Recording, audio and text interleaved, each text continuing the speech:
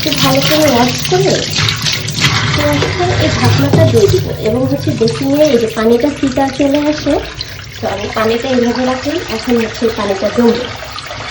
তো জমার সাথে সাথে এই যে এইখানে শুধু আমি থালা বাটি ধুই আমার এই বেসিনে, আর এখানে কেউ থুতু ফালায় না।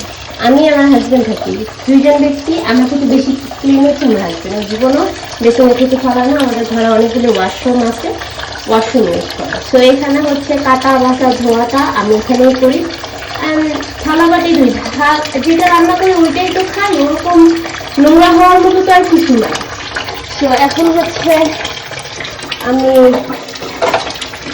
এক হাত দিয়ে ক্যামেরা দিবেন না, এইভাবে কাজ দেখানো যায় না। এটা আমি একটু খুলে নেই, বাইকে নেই। তারপর এই যে বেসিন থেকে আমি শাকটা উঠাই নিচ্ছি। এই শাকটাকে আমি যেহেতু কি বলে, আগে শাক রান্না করতাম, তেল দিতাম, কাঁচামরিচ দিতাম, পেঁয়াজ দিতাম, রসুন দিতাম। রসুন বলতে সোমবার দিতাম। হ্যাঁ, আমি এই শাকটা শুধু রান্না করব স্বাস্থ্যের ভালোর জন্য। এত কিছু দিয়ে আমি চাই না। আমি এত কষ্ট করে এক্সারসাইজ করে আসছি, আমার খাওয়াটা এত বেশি আর কি অয়েলি হয়ে যাক, যেটার কারণে আমার এক্সারসাইজটাই বৃথা হয়ে যায়।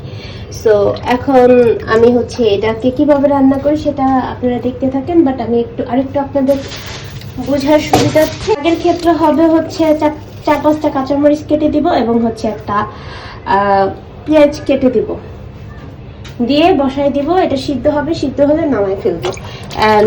সিদ্ধ হলে নামাই ফেলবো ওই অবস্থায় যাতে করে এটা কি বলে ভালো করে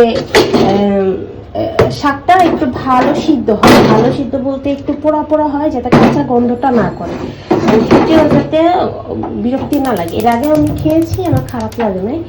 যদিও বা শুধু মাংস দিয়ে শরীরে সবকিছু পূরণ করা যায় না, ফাইবারের দরকার। সো এই শাকটা হচ্ছে ফাইবার অ্যান্ড পুষ্টিগুণও খুব ভালো আছে। ডাস্টে এখানে তেল দিয়ে বা রসুন দিয়ে অপশন, আপনি চাইলে এগুলো দিতে পারেন, বাট তেলটা যত কম খাওয়া যায় ততই ভালো। সাথেই থাকুন, দেখতে থাকুন কিভাবে কি করছি। এই যে শাক হচ্ছে, আমি এটা খালি সিদ্ধ হওয়ার অপেক্ষায় আছি। আমি শাকে ঢাকনা দিতে হয় না, আমার মা বলতো শাকের জালটা জোরে দিতে হয় এবং হচ্ছে যেহেতু পানি উঠবে সেটা হচ্ছে শাকটা সবুজ রাখার জন্য। শাকটা যাতে সবুজ থাকে এর কারণে কিছুক্ষণ জোরে জাল দিয়ে শাকটাকে সিদ্ধ করতে হয়।